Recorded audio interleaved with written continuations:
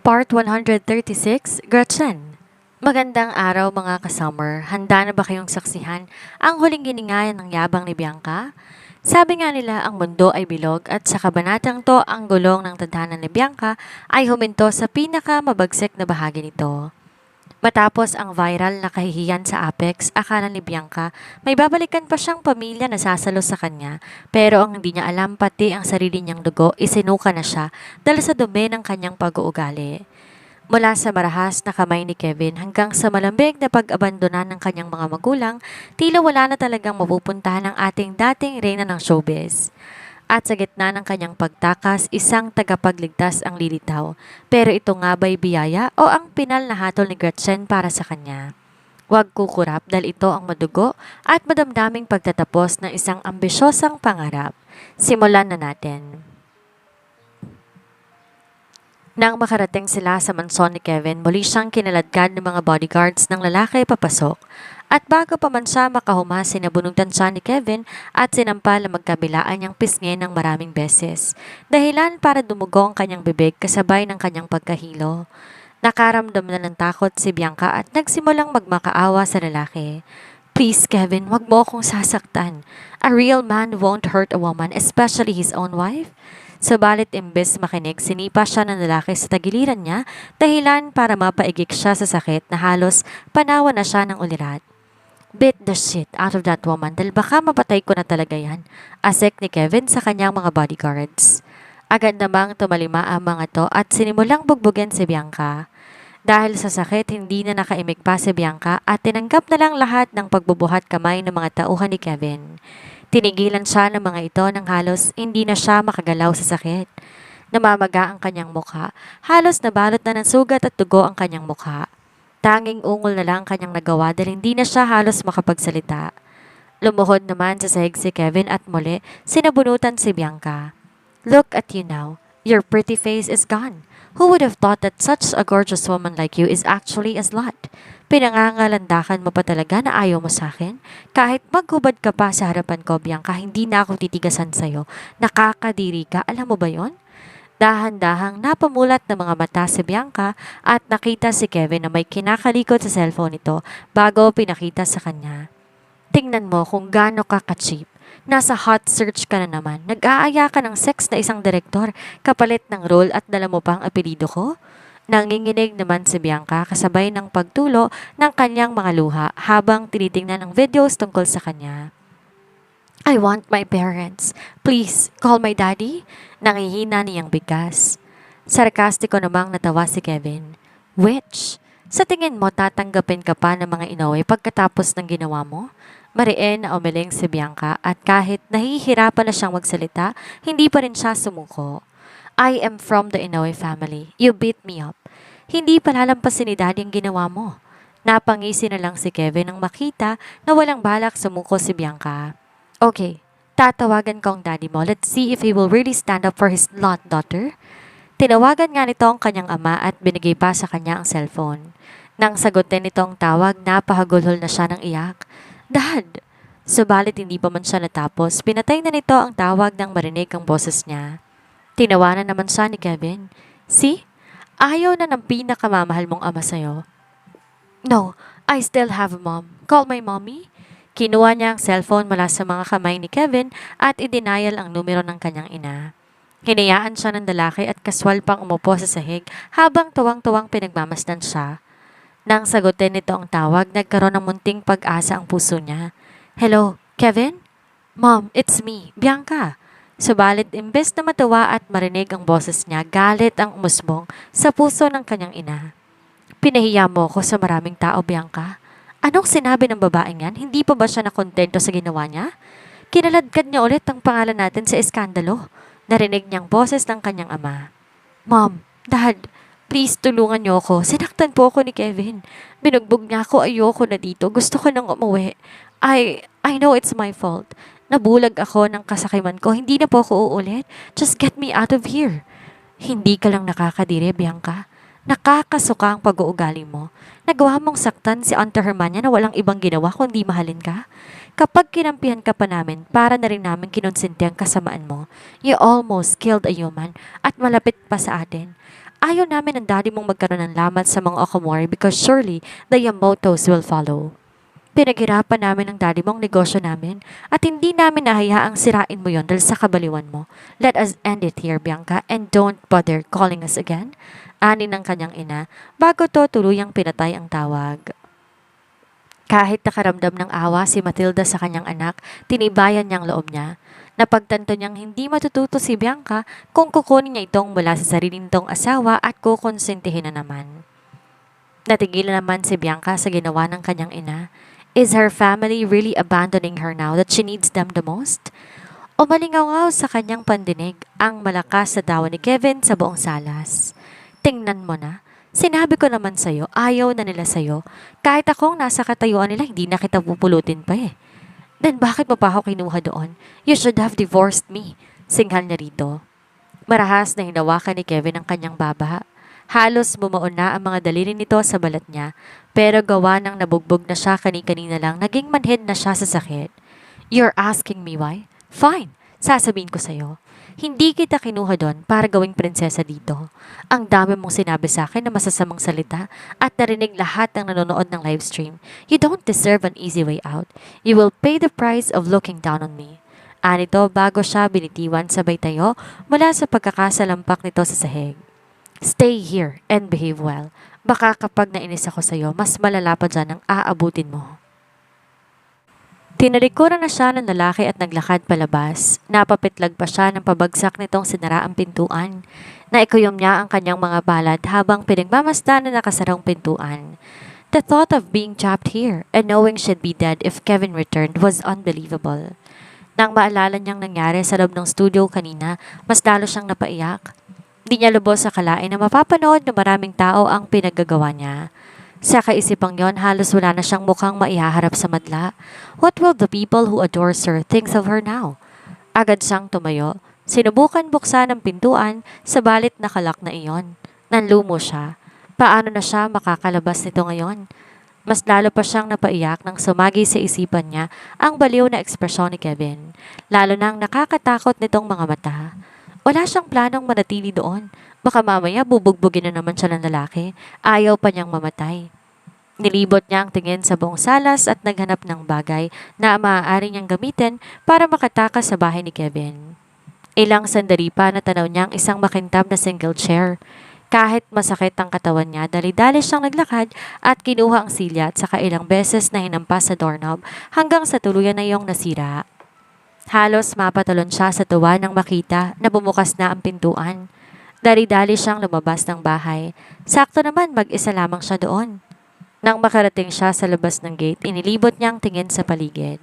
Hindi siya pamilyar sa lugar. Napakatahimik at walang ibang bahay sa lugar na kinaroroonan niya. Wala rin siyang nakikitang sasakyan na dumaan.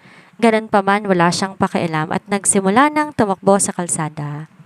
Nakapaa lamang siya at ramdam niya ang sakit sa kanyang mga paa pero hindi niya yon alintana. Ang importante, makalayo siya sa lugar na yon.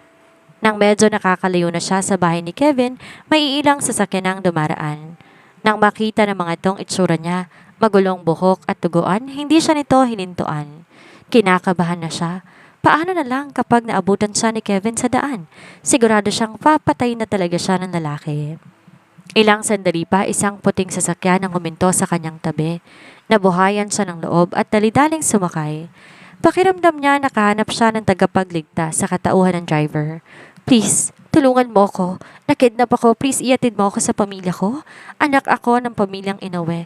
I'm their eldest daughter. Artista din ako. Kapag hinatid mo ako sa amin, bibigyan kita ng maraming pera bilang pabuya. Basta ilayo mo lang ako dito. Umiiyak niyang wika. Ilang sandali nang lumipas, subalit wala siyang sagot na narinig mula sa driver. Kinabahan na siya. Hindi kaya't si Kevin ang may-ari ng sasakyan? Dahan-dahan niyang sinilip ko sinong nasa unahan at gano'n na lang ang gulat niya na makitang si Gretchen ang nasa driver's seat. Subalit sa kabila ng galit niya sa babae, hindi na siya bumaba pa. Please Gretchen, tulungan mo akong makauwi sa amin. Inaamin ko na nagkamali ako. Hindi ko dapat ginawa ang mga bagay na nagawa ko noon. Ikaw lang ang pag-asa ko. Please tulungan mo akong makauwi. Umiiyak niyang sambit. Umangat naman ang isang kilay ni Gretchen bago siya nagsalita. At bakit naman kita tutulungan? Alam ko, galit ka sa akin. Kasalanan kong lahat, I'm so sorry. Siguro karma ko tong nangyayari sa akin ngayon.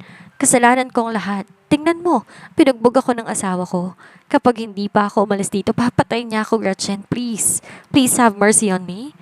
Kailangan kong humingi ng tulong sa mga magulang ko. I want them to see what happened to me.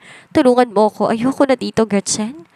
Mahigpit na hinawakan ni Bianca ang braso ni Gretchen na para bang takot na takot tong palabasin niya sa kanyang sasakyan.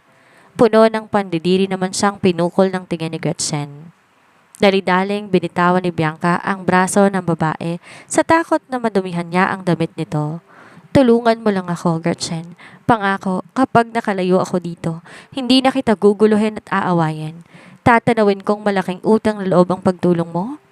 Puno ng pagsusumamo ang mukha ni Bianca. Wala nang arogante at mapagmataas nitong ekspresyon na kadalasan niyang nakikita. Nang makita niyang seryoso nitong ekspresyon at paos nitong boses, huminga na malalim si Gretchen. Pwede naman kitang tulungan, pero walang problema, Gretchen. Lahat ng gusto mo, susundin ko basta tulungan mo lang ako. Agarang tugon ni Bianca. Unti-unti, umangat ang sulok ng labi ni Gretchen hanggang sa nauwi yon sa isang maliit na ngiti. Nais kong pumunta ka sa villa ng mga Okomori. Aminin ang nagawa mong kasalanan at humingi ng tawad kay Grandma Hermania sa ginawa mong pagbuhos ng tubig sa pintuan ng hospital room na naging dahilan ng kanyang aksidente? What? Nanlaki ang mga mata ni Bianca sa narinig. Paano mo nalamang ako ang may kasalanan sa nangyari? Napailing si Gretchen. Mukhang dahil sa pag-hysterical nito, hindi na nito naalala ang mga pinagsasabi nito kay Director Lin kani-kanina lang. Hindi, hindi ako may kasalanan, Gretchen. Wala akong alam sa nangyari sa kanya, hindi ko magagawa yon. Grandma Hermania is my godmother, kaya paano ko magagawa sa kanyang bagay na yon? Tamad namang napasandal sa upuan si Gretchen. Mukhang puro kasinungalingan pa rin ang lumalabas sa bibig ni Bianca. At hindi to totoong nagsisisi. Siguro naisip pa nito na makakalusot pa to sa ginawa nito sa mata ng babae. Bahagya na sana siyang nakaramdam ng awa sa sinapit nito mula sa pinsan ng kanyang asawa, pero naglaho lahat ng yon nang marinig niya ang sagot nito. Nang makita ni Bianca ang reaksyon ni Gretchen na pagtanto niya, hindi niya na maitatago pa ang katotohanan. Ilang sandali pa napaisip siya. Tutulungan siya nito pero ganon ang kapalit. Hindi kaya si Gretchen ang may gawa ng lahat ng nangyayari sa buhay niya ngayon? Umawa ang kanyang mga labi at dahan-dahan napasulyap kay Gretchen. It's you. Ikaw ang nagplano sa lahat ng to para mapaamin ako. Kaya pala naka-on ang camera sa studio kung saan ako pumasok. You set me up. Ikaw ang sumira sa career ko. Ikaw ang sumira sa pangalan ko. Ikaw sumira sa lahat. Sarkastiko namang napangisi si Gretchen kasabay ng kanyang pag-iling. Ikaw ang gumawa niyan sa sarili mo. Bakit akong sinisisi mo? Nung ginawa mong bagay na yon kay Grandma Hermania, dapat naisip mo na ang kabayaran ng kasalanan mo. Pero bilib din ako sa'yo. Hindi ka man matalino pero naisip mong ako nga. Pero huli ng lahat, Bianca, you are at the end of your rope. Iniwan ka na ng lahat. Good luck na lang sa'yo. Natigilan si Bianca. Nais niyang sakalin si Gretchen para makaganti siya, pero bigla niyang naisip ang kalagayan niya ngayon. Isasantabi niya muna ang pride niya, ang kailangan niya makalayo kay Kevin. Kaya imbes sumabog sa galit, pinili niyang magsalita ng malumanay. Okay, susunod ako basta tulungan mo lang akong makaalis. Kapag ligtas na siya, sisiguraduhin niyang makakaganti siya kay Gretchen. Doble ang sakit na ipaparanas niya sa babae kaysa pinagdadaanan niya ngayon. Hindi niya alam kung maawain lang ba si Gretchen o sadyang bobo ito na hindi nito nahahalatang ekspresyon niya. Lihim siyang napangiti nang pinaandar na nito ang sasakyan.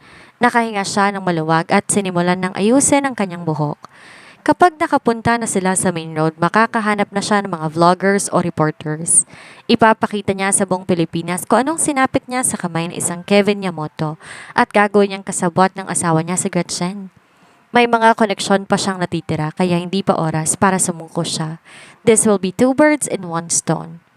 Sabalit natigil siya sa kanyang pag-iisip nang makita, tinapakan ni Gretchen ang accelerator at iniikot ang sasakyan pabalik sa daan papunta sa bahay ni Kevin. What the heck? Mukhang ibabalik siya ni Gretchen sa tirahan ng demonyo. What are you doing, Gretchen? Sigaw niya rito pero tila bingi ang babae at nagpatuloy lang sa pagmamaneho hanggang huminto to sa tapat na nakabukas na gate.